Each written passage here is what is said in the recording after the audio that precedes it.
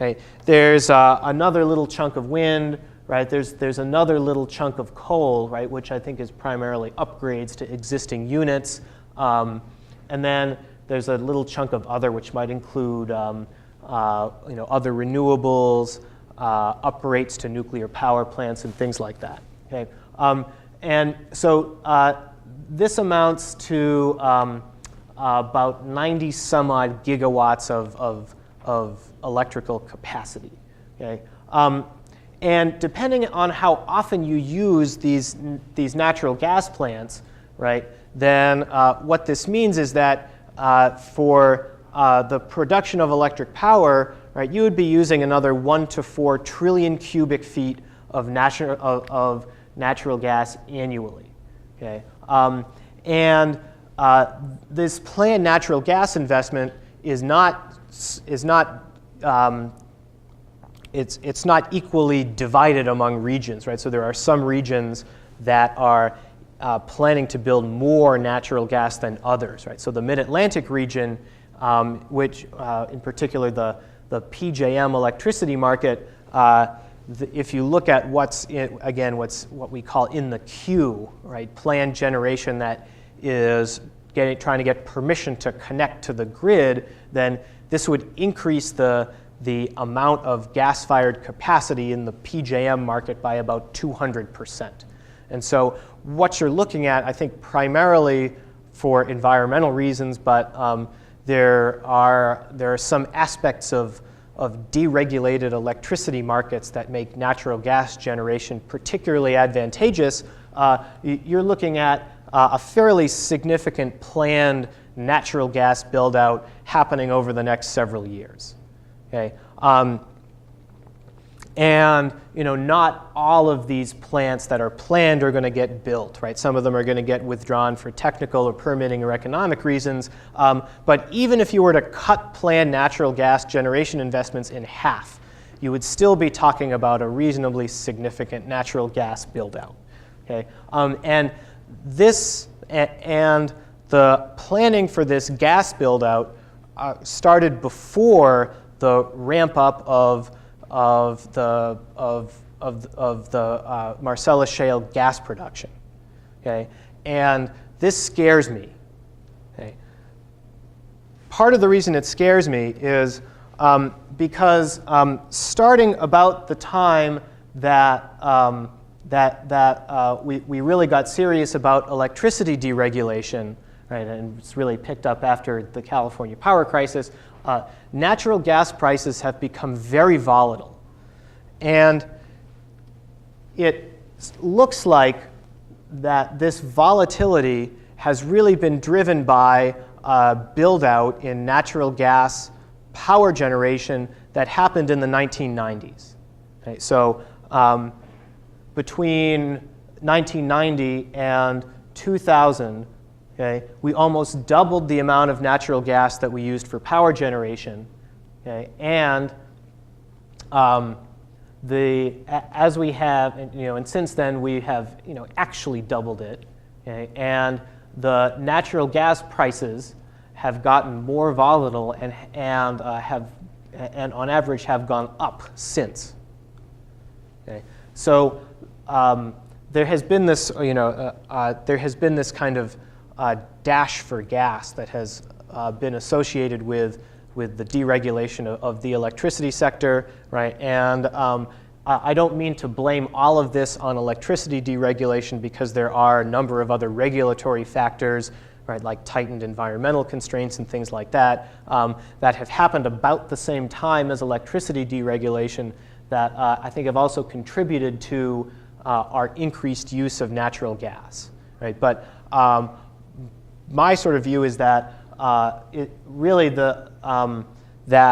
specifically our use of natural gas for electricity generation has really been what has driven volatility in natural gas prices. Okay? And so,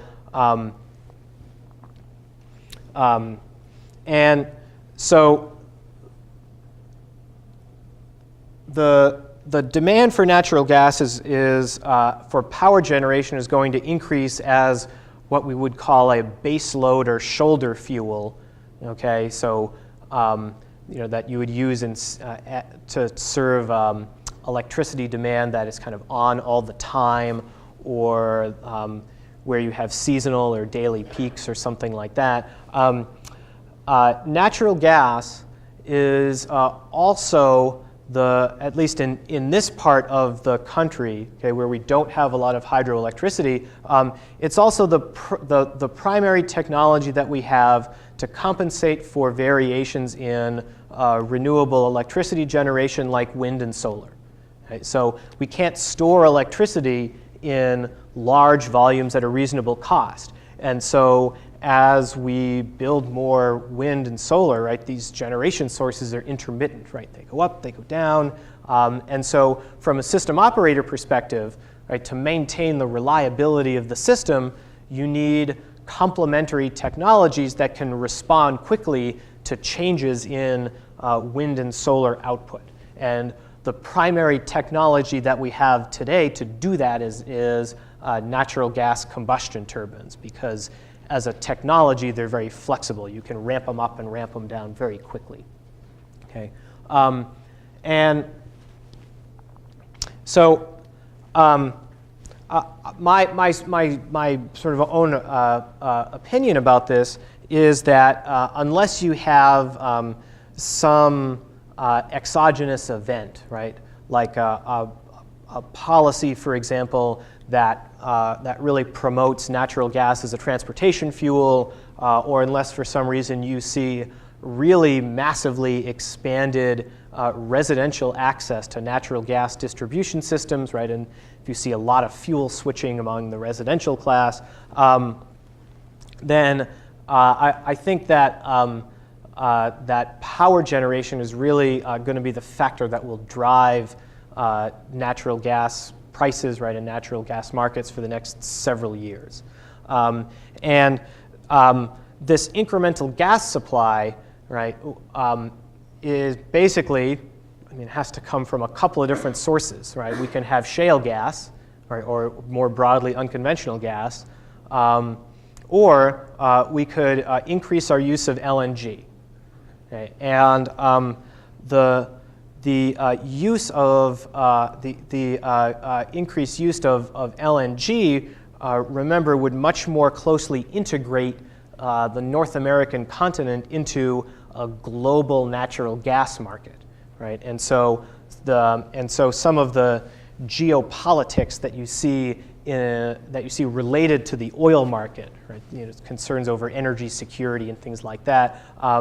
If we were to meet a lot of this incremental gas demand with LNG, right, we may find ourselves in a similar situation, because if we because in terms of the global natural gas market, the U.S. is a fairly small producer, right? We will become a bigger producer, right, as we increase shale gas production, not just in Pennsylvania and the Marcellus, but in Texas and the Gulf states and in the Rocky Mountain states and things like that.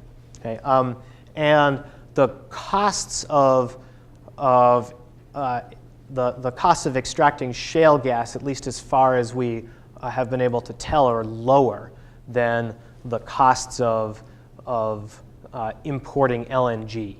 Right? And so unless there are a lot of restrictions placed on natural gas production from unconventional sources, LNG will probably remain a fairly small part, right, of the U.S. natural gas supply mix.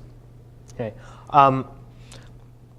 So the role of the Marcellus Shale in all of this is really to act as a supply source for what seems to be increasing regional demand for natural gas, primarily for power generation, but there may also be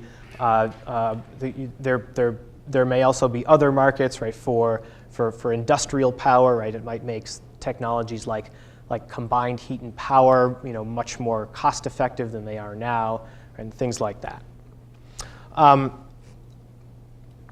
The last economic observation that I want to make, and I'll close with this, has to do with something called the that has been termed the oil-gas price decoupling.